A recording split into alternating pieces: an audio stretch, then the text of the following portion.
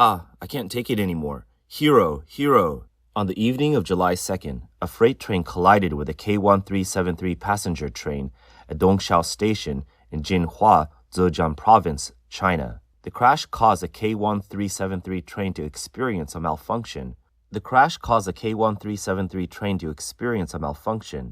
Forcing it to make an emergency stop and leaving passengers stranded at the station for over 3 hours. In a viral video, passengers can be seen struggling with the stifling heat inside the train as a lack of air conditioning led to sweaty faces and soaked clothing. Several passengers began showing symptoms of difficulty breathing and dizziness. A young man in a black shirt holding an emergency hammer was seen communicating with train staff, urging them to open the doors so passengers could get some fresh air. The staff were reluctant to comply and even instructed passengers not to record videos. Open the door and let us get off. The young man in black told the train staff, just let us get off or I'll break the glass. The atmosphere became tense, with passengers shouting in unison, demanding the doors be opened. As communication failed, the man in black grabbed a hammer and began to smash a window. The train staff attempted to stop him, but he continued to strike the glass forcefully, eventually creating a hole.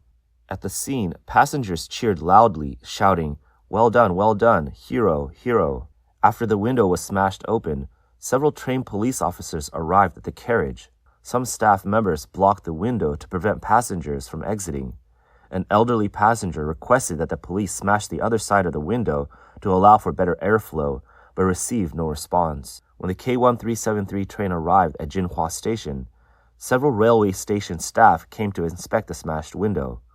The young man in black who had broken the window was then taken away by the police.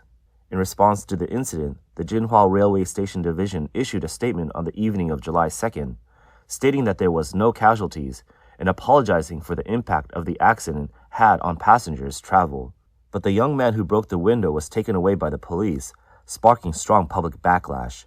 On July 3rd, the Railway Public Security Department clarified that the man was not detained, but rather so-called criticized and educated.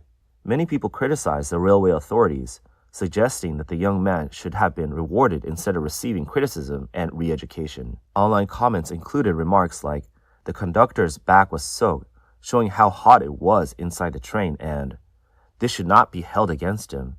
Others pointed out, in such an emergency, with hundreds of people's lives at stake, in such a stifling environment, something could have gone wrong. According to Chinese media, some passengers interviewed on-site revealed, "We were trapped on the train for 3 hours. The air inside was stagnant, and the temperature kept rising, creating a strong feeling of suffocation." Several passengers reported to reporters that after the train stopped due to the accident, the air inside became completely stagnant, indicating that the train's emergency ventilation system either failed or was not activated. This suggests that the train's emergency systems were inadequate. Some lawyers commented, "In my opinion, the man's actions were a case of emergency avoidance, and therefore he should not be held liable for damaging public property." Emergency avoidance refers to actions taken to protect greater legal rights, such as public interest or the safety of oneself and others, when these rights are threatened, even if it involves causing lesser harm. The question of whether the window should have been smashed and whether the person who broke the window should be arrested or criticized has sparked heated debates across Chinese social media. 一块玻璃. Which is more important, a piece of glass or the lives of hundreds of people? "This young man has guts. I give him a thumbs up," the vlogger said. In a sealed space with temperatures of 38 to 39 degrees Celsius, even young people can't stand it, let alone the elderly and children. It was completely reasonable for passengers to ask the train staff to open a door for some fresh air, but the staff didn't respond or take any action. In a carriage full of hundreds of people, only this young man had the courage to break the window. Impressive. He was later taken away by the police for so-called criticism and education, but in reality, he should have been awarded a medal. After all, he's a hero. Fortunately, with the rise of social media, if this incident hadn't gone viral, the young man might have been detained for 15 days. Vlogger Lin Fei stated that the young man who broke the window was very brave. Although the authorities may not appreciate such outspoken actions, as an ordinary citizen, he supports the young man. In situations where problems are not addressed, passengers should take matters into their own hands and rescue themselves rather than waiting passively. 比如前几年有一个城市的地铁进水了。 For example, a few years ago, When a subway in a certain city flooded, almost all passengers stayed quietly in the carriages waiting for rescue. No one broke the windows to escape, and as a result, the floodwaters came in and drowned everyone. This lesson must be learned. The vlogger did not specify that this refers to the subway flooding incident on Line 5 in Zhenzhou on July 20th, 2021. The authorities officially announced that this incident resulted in 14 deaths and 5 injuries, but there is widespread skepticism that the actual number of casualties is much higher. One survivor later told overseas media that although he managed to escape, he regretted not breaking the windows earlier, as some people suffered from oxygen deprivation and suffocation. This is footage from inside the subway during the Zhenzhou July 20th flood. Recorded in 2021, it was only released in 2022 after prior censorship. The water level rose above waist height, and it's unimaginable how much panic and fear the passengers felt. Due to persistent public skepticism, the China Railway Guangzhou Bureau Group issued a statement on July 5th about the K1373 train stranded at Dongxiao Station on July 2nd. It noted that the train was halted at night with no platforms on either side, doors over 1.5 meters above the ground, and no external lighting. Opening the doors risked passengers falling and getting injured. Although the train was hot and stuffy, the situation did not warrant activating the emergency protocol for opening doors or breaking windows. The statement noted that a male passenger used a fire safety hammer to break a window, damaging one pane. The train's air conditioning later resumed operation. Upon reaching Jinhua Station, railway police issued criticism and education to the man who broke the window. In response to the railway's July 5th statement, some netizens questioned, after 3 hours stranded, how hot must a train be to qualify as an emergency? 我非常不能理解。 I just can't wrap my head around it. The guy in black who smashed the window to get air and save lives gets criticized by the police? You're not handing him a Good Samaritan award or a helpful citizen badge, fine, but to call him out for what? What did he do wrong? Is saving others a crime? Saving himself? Taking action in an emergency? It's 35 degrees Celsius inside that train, stuck in a sealed car for over 3 hours. That's a life or death situation, plain and simple. And the train staff? What were you doing for those 3 hours? Where was your emergency plan? You left 100+ people in danger. That's not just dropping the ball. That's a serious failure. And then you have the nerve to stop passengers from saving themselves. The vlogger shared a video showing that trains have protective nets, explaining they serve as a safety measure when doors are opened for ventilation. The video was from Yunnan Railway. This suggests that the railway system has emergency plans for air conditioning failures, but the K1373 train apparently lacks such measures. The vlogger urged relevant police officers to study the emergency avoidance principle in the criminal law. In response to the official statement on July 5th, Mr. Xu stated, 砸窗，那个小伙受到的是批评教育。 The young man who broke the window on the train received criticism and education, but in essence, he was taking emergency action to save lives. He saved the lives of everyone on that train. Why isn't he being awarded? The train derailed, stopped, and lost power for a full 3 hours. The carriage was airtight, and the temperature was 37 to 38 degrees Celsius, making it hard for people to breathe. Didn't the train staff notice that passengers were on the verge of heat stroke? Why force people to resort to extreme measures to save themselves? The vlogger also questioned that while the young man was breaking the window to save himself, a group of people nearby were shouting, "Hero," but not a single person offered to help. Anyone can shout a few slogans, right? But when it comes to taking action, everyone just hides like turtles. This spectacular mentality of only talking and not doing anything is truly contemptible. Another vlogger pointed out that the official statement about only providing criticism and education and not detaining the young man subtly implies that they were actually lenient. The authorities had originally planned to detain him, but the train had been derailed, turning the carriage into an oven. Passengers started feeling unwell, and some even asked if doors could be opened for some fresh air. The blogger questioned, what exactly was he criticized for? What was he educated about? 在那样的情况下，砸窗是不是违法？是不是应该说清楚？ In a situation like that, is smashing the window illegal? Shouldn't someone make that clear? To regular folks, it was obvious. The moment was urgent, dangerous. The young guy grabbed the safety hammer on the train and broke the window to save himself and others. If saving lives gets you criticized, that's a blow to the public's heart. And what's this education supposed to teach? That next time people should just stand by and do nothing? That you can't break a window in an emergency? Or that this wasn't the kind of emergency where a safety hammer applies? So tell me, when can you use a safety hammer to break a window? What's the point of having one if it's useless? If there was a better, faster way to handle things, why didn't anyone use it? If there wasn't, what's wrong with breaking the window? And if nothing's wrong, why the criticism and education? So what are people supposed to do next time they're in a situation like this?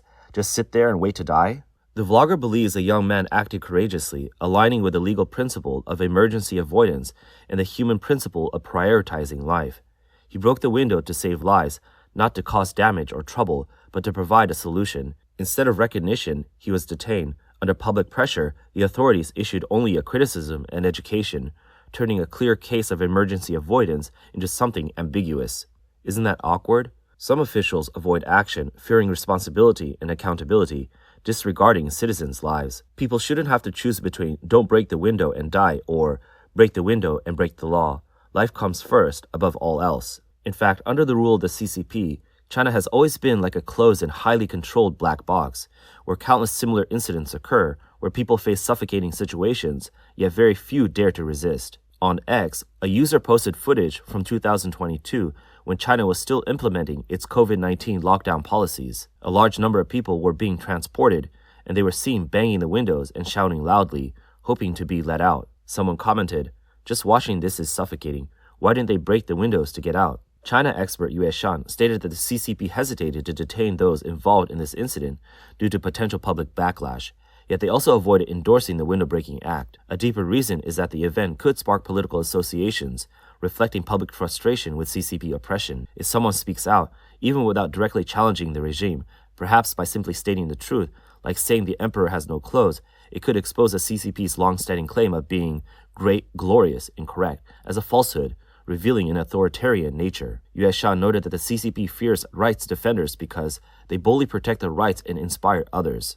For example, Falun Gong practitioners often reveal the CCP's historical and ongoing persecution, causing the regime significant concern.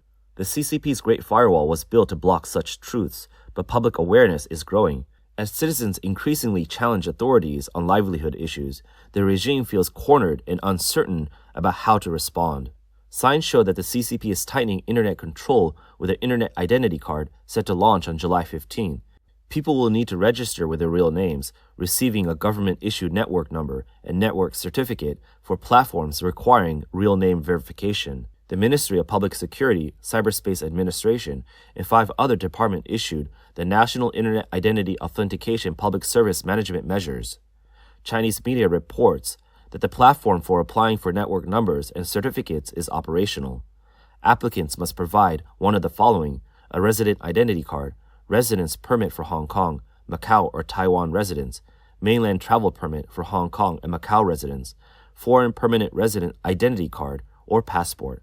Facial recognition and phone number binding are also required, including for minors. The new digital identity card is linked to over 400 applications, covering major online platforms, government services, education, cultural tourism, health, and other sectors. Although the CCP claims the system is voluntary, it won't restrict unregistered users' access to online services. Many fear it will gradually become mandatory. Internet data observer Cao Lei views it as a phased surveillance system. Many netizens express concerns that widespread real name registration shrinks online freedom, forcing cautious speech to avoid being targeted. Jinhua University law professor Lao Dongyan wrote that the network number and certificate system extends criminal investigation measures, originally for suspects, to all citizens, clearly violating legal principles. The Economist reported that this could potentially become a state-level, centralized surveillance prison in China, designed to strengthen control over online speech and behavior, affecting China's 1.1 billion internet users. Chinese people are increasingly finding fewer places where they can speak freely, with even basic truths about daily life being suppressed. In recent years, as the economy has declined, it has become increasingly difficult for university graduates in China to find employment, with many experiencing unemployment immediately after graduation. In fact, many universities are reported to have fabricated the graduation employment data. Recently, a university graduate from Dalian Medical University, Zhongshan College, who made a living by setting up a stall after graduation, received attention after a video she posted went viral. Following the video's popularity, she received a call from a teacher asking her to delete the video. After deleting it, she was still attacked and slandered by the university's official account, which sparked sympathy. If the truth is even more shocking, once revealed, it is immediately suppressed. Recently, a Chinese man posted a plea for help on Douyin, Chinese TikTok, but his account was quickly banned. 上海市浦东新区君康医院 At Jinkang Hospital in Pudong New Area, Shanghai, they are illegally trading human organs. I managed to escape, but I'm about to become a victim. My name is Yu Yang, and I'm from Chaoyang City, Liaoning Province. Some people commented, it doesn't sound fake, his speech is hesitant, and he seems like he's in a panic, not knowing what to do. The incident revealed that the Liaoning man who escaped from a Shanghai hospital may be connected to China's organ transplant black market, which has drawn significant attention in recent years. The organ trade has grown increasingly widespread in China. Data shows that the organ transplant industry surged after the persecution of Falun Gong intensified in 2000. As demand outstripped the supply of organs from living donors, new sources were needed. With few voluntary donors in society, cases of organs being obtained through deception or coercion under the guise of donation have become more common in China today. Offline, the CCP is intensifying stability maintenance measures. Ahead of the September military parade, Beijing has heightened security. A video shared online shows numerous police officers in the subway, some with patrol dogs. This scene stunned and unsettled passengers. Commentator Wang Yajun quipped on X, "With beasts as escorts and livestock as companions, the sense of security is overwhelming." Commentator Xu Ke believes that the situation will become even more difficult for Chinese people. On one hand, life will get harder, and on the other, their voices will be further suppressed, leading to greater repression. Due to the CCP's long-standing political brainwashing and education of servitude, many people, when facing injustice and suffering, fail to realize or dare not acknowledge that the source of their misery is the CCP's rule. Instead, they direct their anger at the innocent and weaker, leading to mutual harm. This is a real tragedy of the Chinese nation. It is hoped that they will awaken in their darkest moments. The recent incident of the young man breaking the window may serve as a wake-up call for the Chinese people. It shows the importance of proactively rejecting the CCP's control. Currently, almost 449 million Chinese people have announced their withdrawals from the CCP and its affiliated organizations.